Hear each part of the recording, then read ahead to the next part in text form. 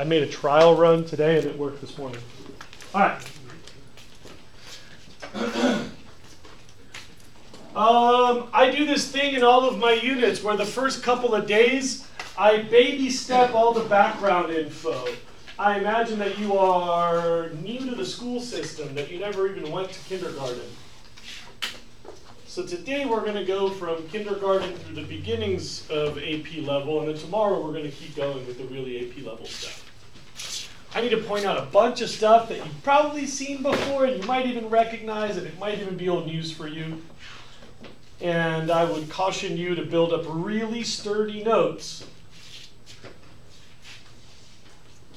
Because in all the years I've been teaching this, every time a kid doesn't know, I ask myself, what should they have been taught earlier in life? And I give it to you at the beginning of the unit, so all of this is building up to something. Raise your hand if you had the foulest party foul. Hey, rockin'. 0 for 2. Chase ready. Number 3, we all throw our desks out, okay?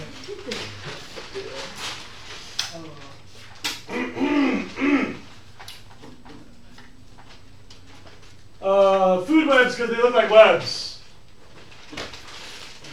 These are grossly simplified. Keep in mind that a real food web would have gazillions of arrows because there would be way more species. So each individual is eaten by dozens or hundreds or thousands of species. Most individual consumers eat dozens or hundreds or thousands of inputs. So it gets really complicated. We have simplified all of these to the point of being almost pointless.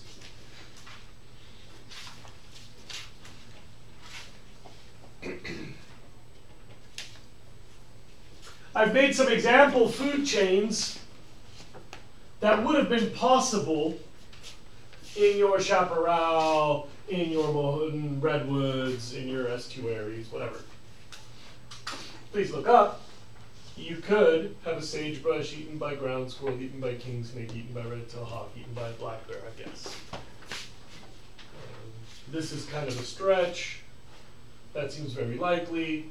That seems very likely. This seems like a stretch.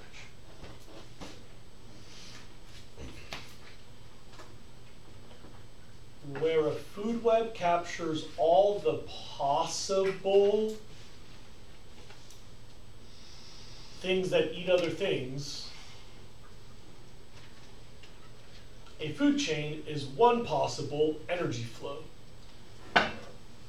Please look up, and we call these trophic maps or trophic relationships. That's a vocab term. You can see I've underlined it. Trophic is about the flow of energy. So here what I've mapped is energy flow.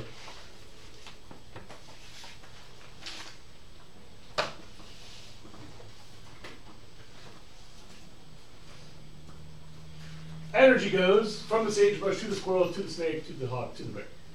Energy flow, trophic, the flow of energy, the movement of energy through a food web. Trophic maps ecosystem energy.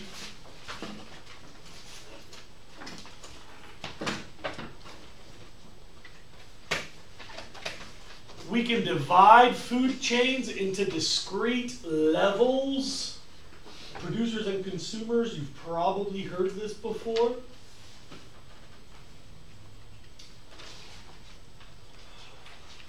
If we're mapping energy, producers produce what? Energy. Close but no. Like food, a food source? Kind of. Nutrients. Nope. Energy. Nope. Anybody else with energy? Substance. Oh, did I say Which? I feel like someone Yes.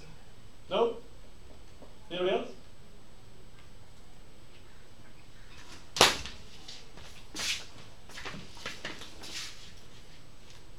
Producers will pick up nutrients in the ground. There's your nutrients. By which I mean like nitrogen and phosphorus and like carbon and has like oxygen and like hydrogens or whatever. And get this, they use energy from where? Sun. Almost all this comes from the sun. How many of you realize that basically all ecosystem energy comes from the sun? Nice. They will use energy from the sun through some biology grade chemical pathways, promote the movement of electrons, short-term storage to make downhill reactions go uphill. They take those pieces together, and producers make compounds that store energy. These can later be broken to release that energy, making those loose nutrients, and energy goes out. Producers don't make these for you. Lettuce doesn't care if you live or die. Lettuce makes sugar for lettuce to use when the sun goes down. You can't do that. If I give you a bunch of nutrients and sunlight, you will starve to death. So you steal it from the lettuce. They produce energy storage. You consume energy storage. None of us makes energy. Only Jah makes energy.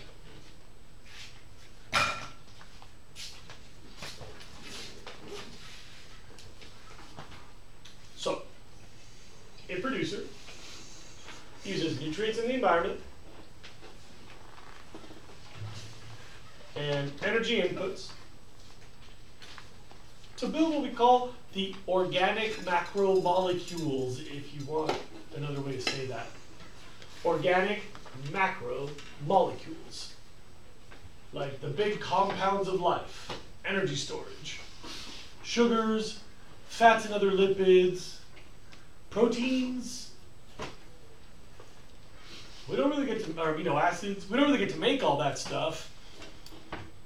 We find things that have made it and we eat it. When something eats you, they're going to take apart your body into macromolecules and then rebuild their body.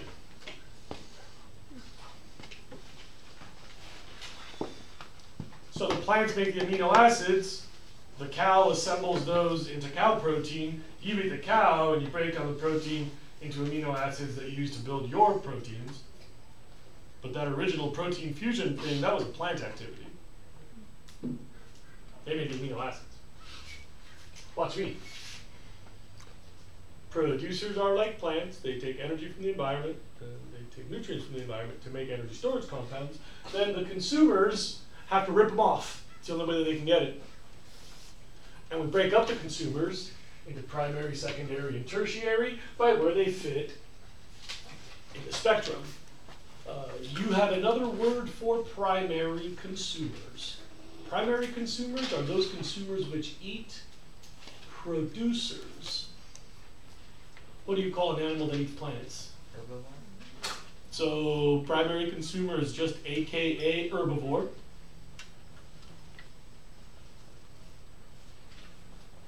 Which means it's some kind of a consumer that eats a producer.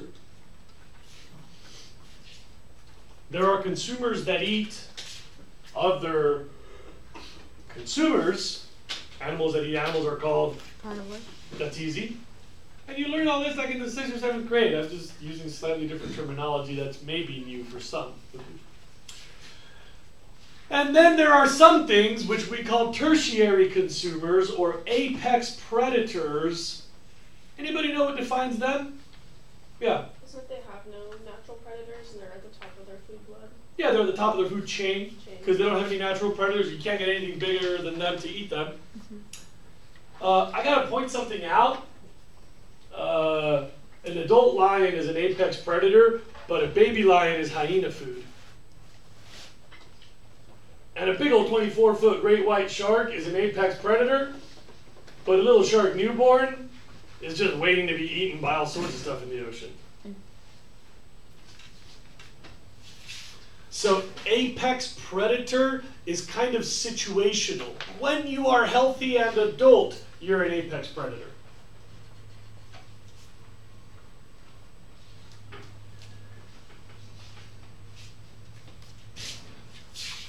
Here's an interesting one. For a wolf, you gotta be healthy, you gotta be adult, and you gotta have your whole posse. Because a solo healthy adult wolf can be outnumbered and overwhelmed by all sorts of things. Interesting.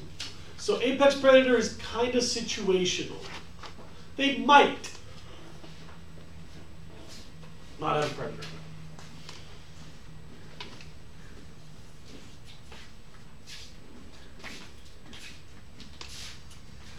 Notice something else that I threw into here.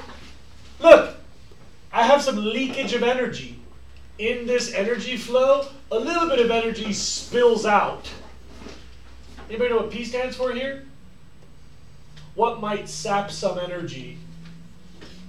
Starts with the letter P. Parasites. Yeah. So remember, we can throw parasites in everywhere. There are aphids that parasitize plants, and fleas that parasitize squirrels, and mites that parasitize king snakes, and lice that parasitize hawks, and ticks and mosquitoes that parasitize the black bear. There's a little bit of leakage of energy. So look, in my energy flow, most of it's going uphill, and a little bit's going kind of sideways, a small percentage at each level. If I was worth 20,000 calories, the mosquitoes might have taken 0.5% last year. I might be worth a little bit more if they hadn't sapped out some.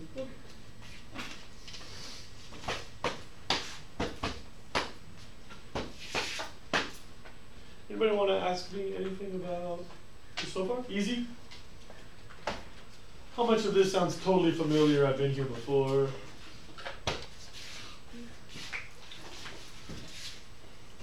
Somebody mentioned earlier today this possible food chain in the redwoods. And we had this funny conversation which becomes a valuable example. I left it on the board so I could point something out to you. Rats can eat blackberries, but rats will also eat a blackberry that has fruit fly maggots in it. And that's kind of interesting because they can eat the berry or they can eat the fly that ate the berry, which means they compete with their prey for their prey's food supply. See what I mean? They're eating the same berries that could make the flies, and they could eat the flies. Like, I can eat corn, or I can eat corn-fed cow, so I compete with the cow for the corn.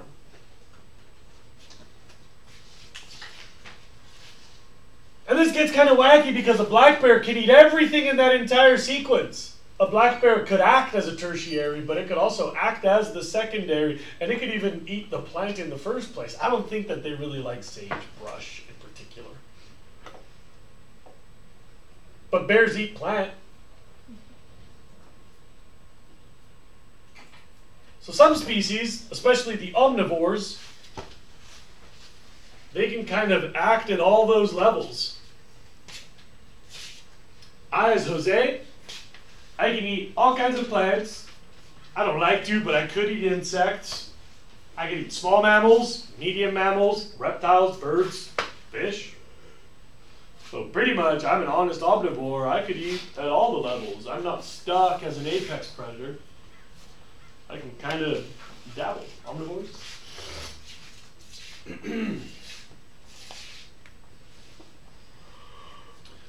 Coastal estuary brings up two valuable vocab terms. In case you don't know, an estuary is where a river meets the sea. And when you have those mixed water levels, you have weird sediment flows. So at an estuary, you've got fresh water, salt water, and land. That's sometimes wet, sometimes dry. They're called wetlands. How many of you have seen an estuary before? Like Carp Salt Marsh, like Devereaux, like the Pit at Henry's. Goleta Beach has an estuary. Dang, there's even a teeny little itty bitty sort of estuary over here where Mission Creek is right next to the pier flowing into the ocean right there. There's like a sandbar, like a little bit of greening. That bridge, the skate park. Estuaries are neat because you've got all those land species. See, in this estuary, we had raccoon and mouse and lizard. Land species, plus you've got all kind of saltwater species. Like at high tide, the estuary might be shallow, overrun saltwater. Crabs and lobsters or whatever. And then, at low tide, the ocean kind of goes downhill by magic, and all the fresh water coming downhill out of the mountains replaces and rinses all the salt off, and now you've got a freshwater community, all using the same land area.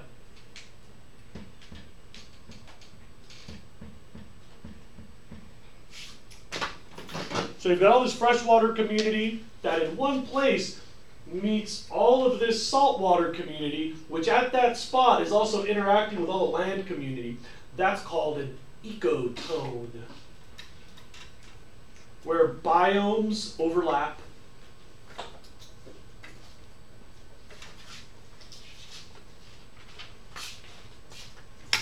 Some people pronounce it ecotone. I don't really know which one's right. If you want to figure it out, tell me.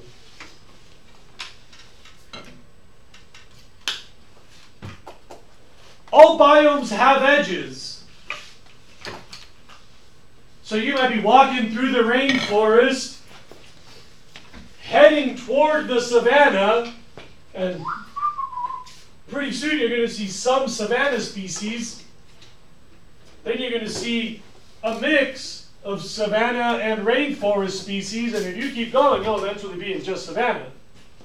That place, when they overlap, the savanna species and the rainforest species, that's the ecotone.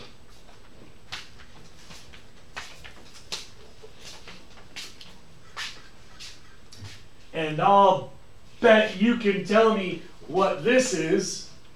The edge effect describes biological diversity at the edges of a biome. How do you think biological diversity is at the edges of a biome?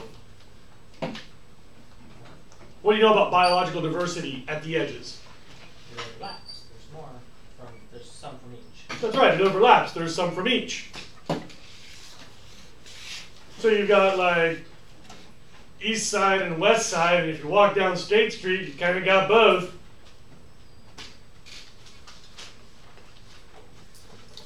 So the edge effect is a rise in diversity where biomes overlap at the ecotones on the edges.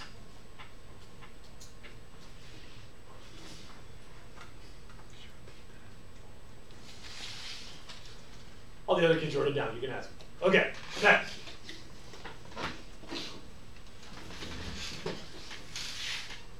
Look over here. I drew these dash lines.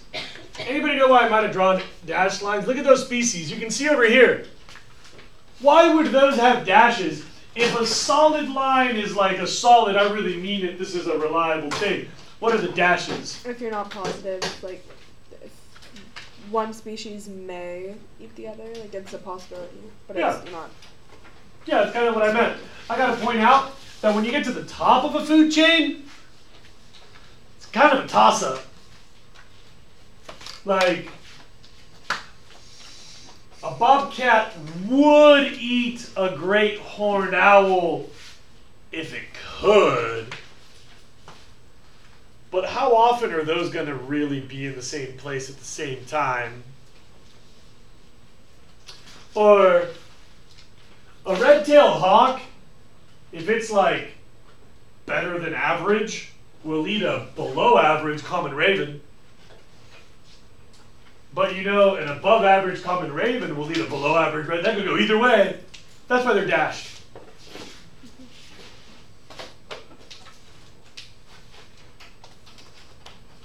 The mountain lion versus black bear thing, timeless question in the Sierra Nevada. Nobody's ever settled this for me, which one is really the boss. Because a big angry mama bear will F up an average mountain lion. But if a mountain lion has the upper hand of a good stalking situation, It can get the jump on a blackberry and kill it. Kind of a toss-up. Dash lines. These aren't like strict rules. If they're both possible, you can pretty much draw it either way.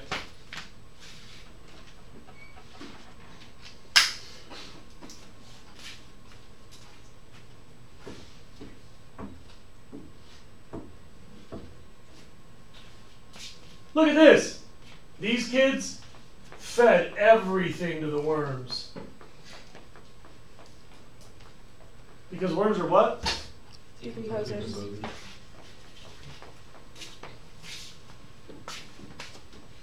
Now here's an interesting caveat to what I told you earlier over here. Energy flow in ecosystems is one way.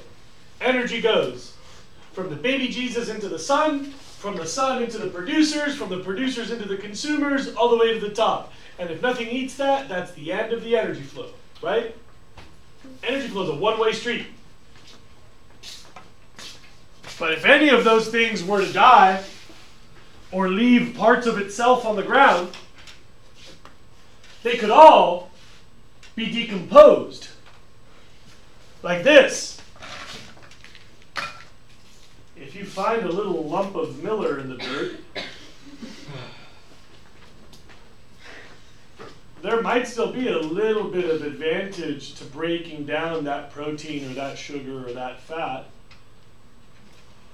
And so if you're a small enough organism, you can get in there and just split all those pieces and return all these loose ingredients back to the pool.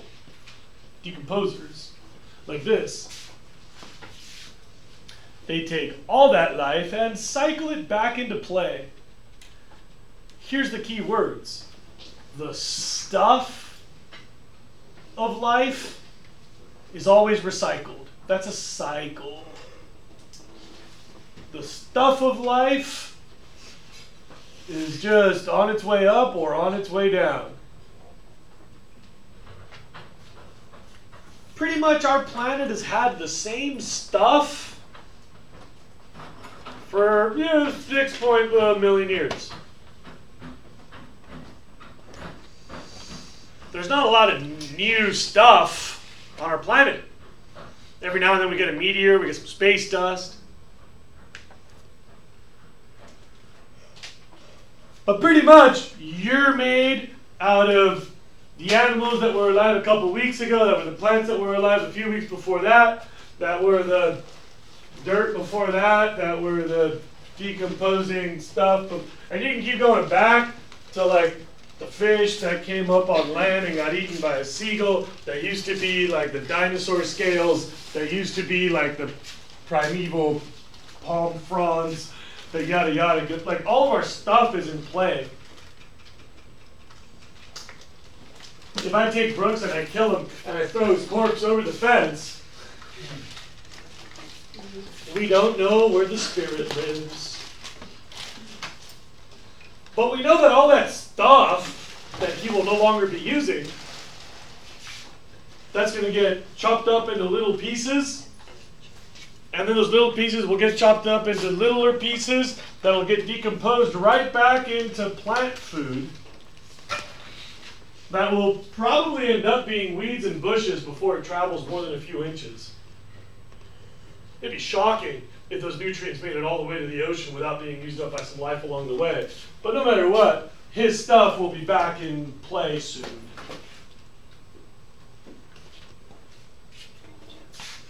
Meanwhile, his soul is in the clouds or in the dark, heated spaces, or I don't know where it goes. Maybe it gets recycled too. I don't know. Those of you who did the kelp, I apologize. There are no great horned sheep in the kelp ecosystem. There are no raccoons in the kelp ecosystem. There are no mouses for very long. There's also lizards and frogs. Yep, those drown real quick. They're especially susceptible to salt water.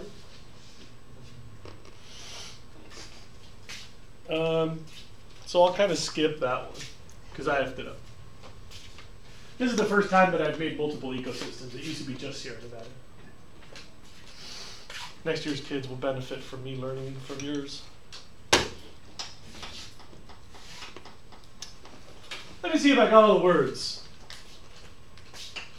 Trophic, producer, consumer, primary, secondary, omnivore, herbivore, carnivore, apex, Yep.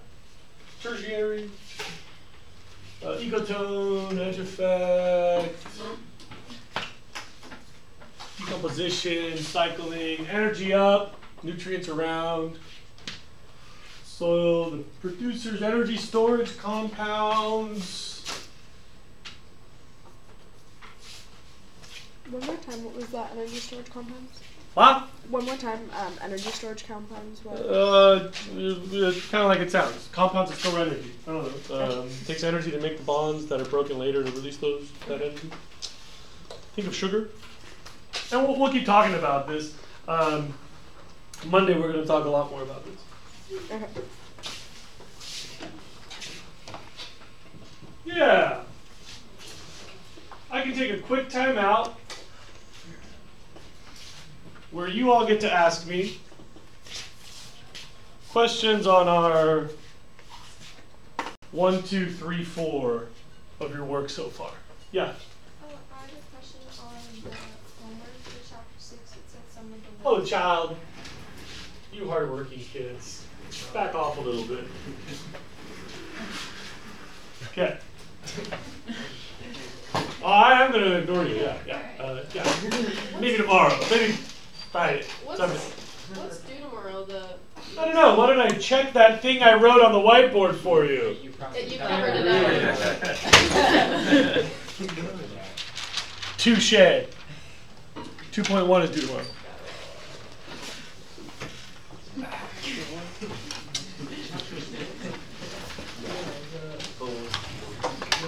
Oh, I'm not done. No. Relax.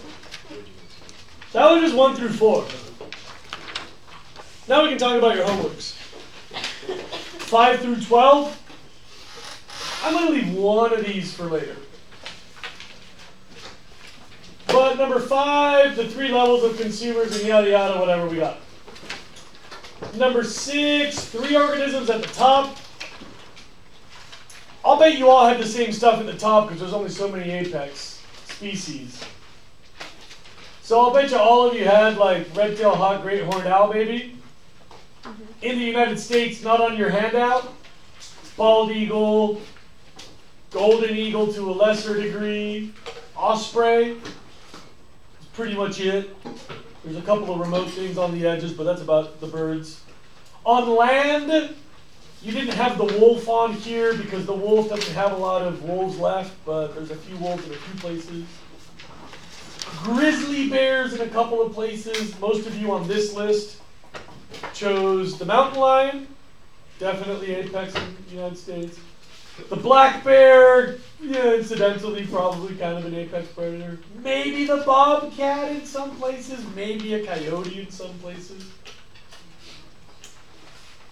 Fun fact, in the absence of wolves, coyotes have lost the selective pressure against being big coyotes. So back in the day, the coyote job was staying pretty small because if coyotes ever got big, they'd come into direct competition with wolves who would whoop their little dog butts. And so, there was like a negative pressure keeping coyotes kind of small. But now that there haven't been wolves for a long time in much of the United States, coyotes have basically been, you could say they're evolving. They're definitely lost one end of their selective pressure, and they're definitely bigger. They're taller. We have distinctly larger coyotes in places that have lost their wolves. Hey, and about those apex predators. Imagine a scenario where, in the absence of other manipulation, we have a square mile with 1 mountain lion compared to a square mile with 12 mountain lions. Let me be really clear about something. This data set is repeated. It has nothing to do with outside influence like humans or competition. So 2 intact systems, otherwise comparable, but one of them has 12 wolves, mountain lions over and over and over again, and one of them has a single mountain lion over and over again. Replicatable, natural. What do we know about these 2 ecosystems that might explain this? If this one supports 12 and this one supports 1, what could you assume about this ecosystem? There's a better food source. More species, more diversity, a lot more biomass. Yeah, that's probably the right word. Because it might have, this one could have more species, just less of each. But this one probably has more net food to feed that many mountain lions, right? There's a term for this. Get ready for a vocab thing. Some species tell you something about the environment. We call them indicator species.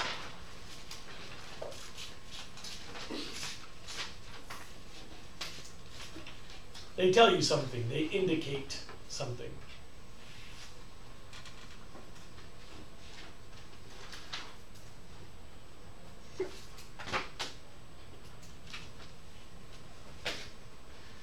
And predators in particular, they indicate something in particular.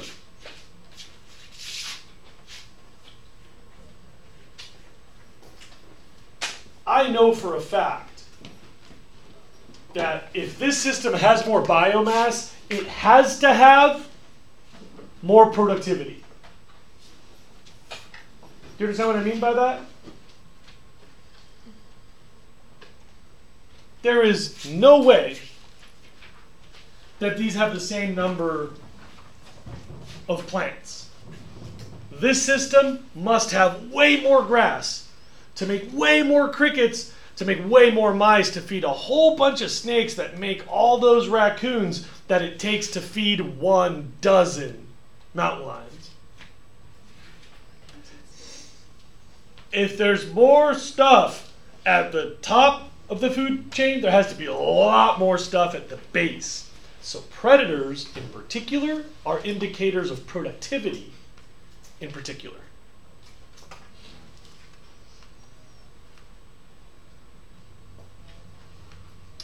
This being number 6.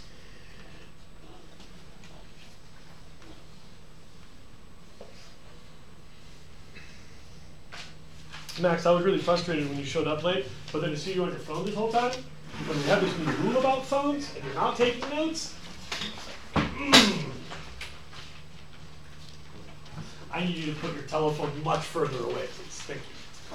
And McLeod, I know you haven't been using it, but you'd still get in trouble if the admins came in. You heard them give you a warning the other day, right? The announcement, period 2, yesterday? They went over the intercom and were like, as a reminder, put away your phones. I told you they're going to come and look. I won't get in any hole just because you can't discipline your cell phone use, young man.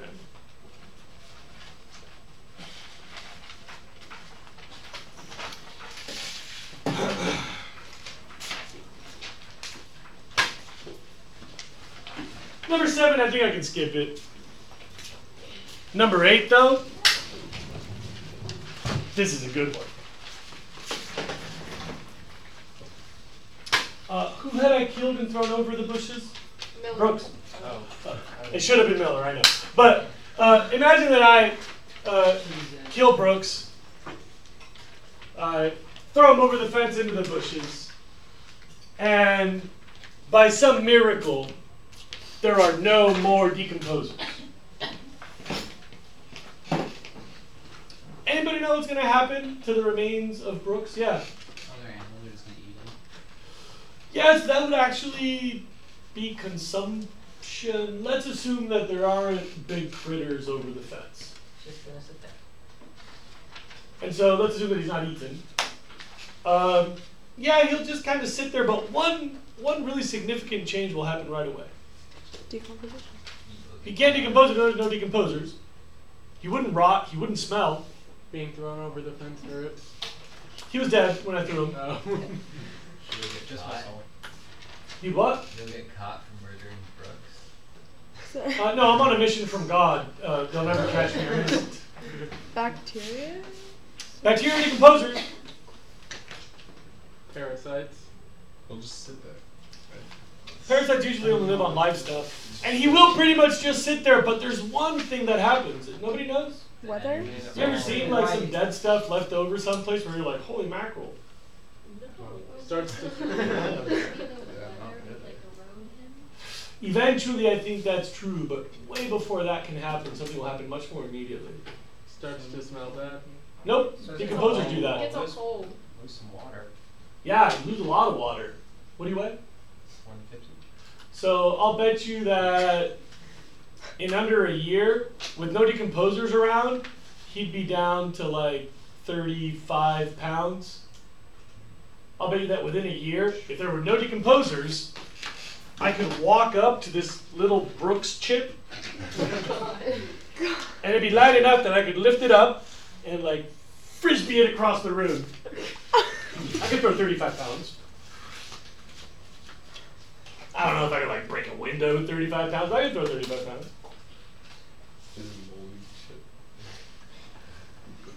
All the things that you know happen to dead stuff, they're pretty much all decomposition. So there's some detritivory, meaning there are species which eat trash, detritivores, trash eaters. Yeah, you might know some people like that. But you know, if Brooks didn't have any decomposers to take advantage of all that energy potential, he would just dry out, desiccate, and then the erosion would start to happen. Technically speaking, like old dry skin takes quite a while to get blown apart into little pieces of dust. But he would eventually just turn to dust, and even the bones would eventually turn to dust. And yeah, the whole planet would be dust.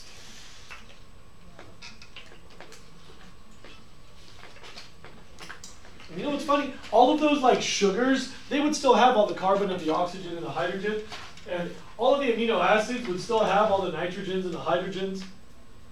And so plants would run out of raw ingredients to make energy storage, and then really, literally, life would stop. If there was no decomposers, like the little pieces of you would stop breaking up at a size way bigger than a molecule. So a clump of sugar would make dust, and a clump of fatty stuff would make dust, but those would never get broken up, so this would never become anything smaller. And as producers made these into macromolecules, those would never come back. They would just turn to dust, and then these would turn to dust, and then these would turn to dust, and pretty soon you'd have an empty vessel where the soil has no nutrients left, and that would be the end of life. You'd have all the ingredients, just nothing to use them, because you can't free them up, they'd be locked. You know, like leaving all the money in the safe and then throwing it overboard or whatever. You can't get it out. Yeah.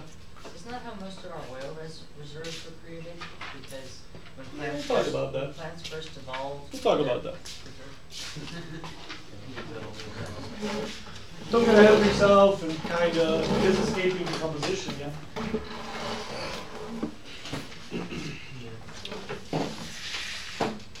And 9 I can skip, and 10 I can skip, but 12 is really important.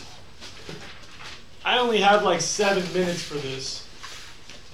Oh my god, no, I only have 4 minutes for this. Wrap!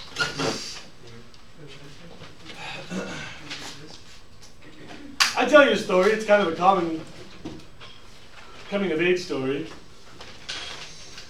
I was a vegetarian for a long time, and I wanted to be a vegan, but my mom thought it was too much of a hassle to cook me vegan food. So when I left high school and I started university as a freshman, I was like, screw you, Mom, I'm in charge of my food now. I'll be a vegan. And I had a horrible problem. I hated vegetables and fruit. At the time, I pretty much just ate like pasta. vegan cereal with soy dream. I didn't have a kitchen, so I couldn't cook. I lived in the dorms. I had a meal plan, so I could go to the, what do they call it? The dining commons. Yeah, the cafeteria. Dining commons. I think they're actually called. I'm sorry, but that's really what they're called. Dining halls. Fine. Anyway, back to my story. You don't talk, I talk. And pretty much the only thing that I could eat reliably that I was excited to eat, that was always there, was garbanzo beans. So I'd have like vegan cereal with soy dream, and then I'd go surf, and then I'd go to class, and then I'd go back to the dining hall place, and I'd be like, oh, garbanzo beans. And then I would like go skate and go to class, and then I'd go study, and then I'd like at some point I'd get hungry, and I'd like take the elevator and go down to the dining hall and I'd eat more garbanzo beans, and I'd go to bed and be like, oh god, I hate being a vegan. And every now and then I'd go down there and they didn't have garbanzo beans, and I'd be like, oh. And I had these huge salad bars, right? But I just hated every kind of vegetable. So I'd be like, lettuce, ugh. And then like kale, I'm like, ugh. And like there was all this stuff that was probably fine for me to eat, but I wasn't into it. So I'd go home and like eat more bad cereal with soy cream. This actually illustrates a really important point.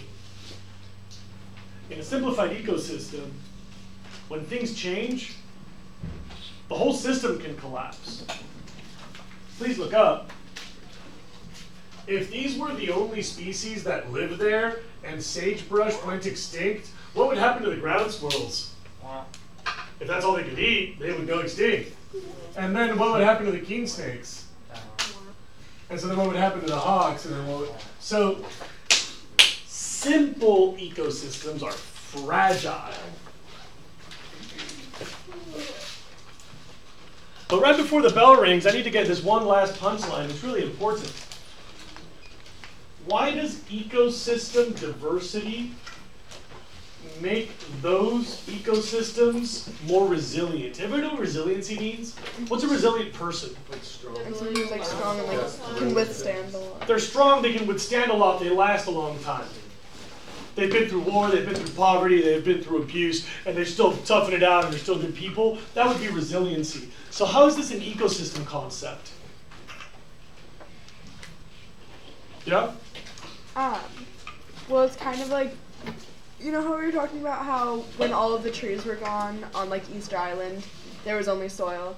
So if there's no plants, if there's no animals or anything sustaining the environment, then, I mean, there's no ecosystem to be had. Yeah, but what do ecosystems have to worry about? They don't have like warfare or whatever. What are they worried about? Like natural disasters. Natural changes, you know, like climate's always changing. Humans have accelerated climate change. But I gotta remind you, don't have to back up. Yeah, we got time, bro. Climate's always changing. And as species start to fall out, if you have complexity in the system, you know, it's like eating the whole salad bar, you're fine. You take out one piece from a complex system and the system keeps on trucking. But in simplified ecosystems, any change can be really catastrophic. Hold on a minute. Since most of you still have your... Since most of you still have your stuff out, a key word for you to write down: complexity makes ecosystems stronger. They can resist changes. They survive changes. Sorry to go long. Goodbye, children.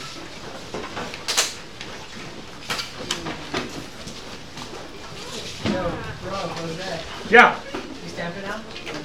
Yeah, hold on a second. Let me turn off the webcast.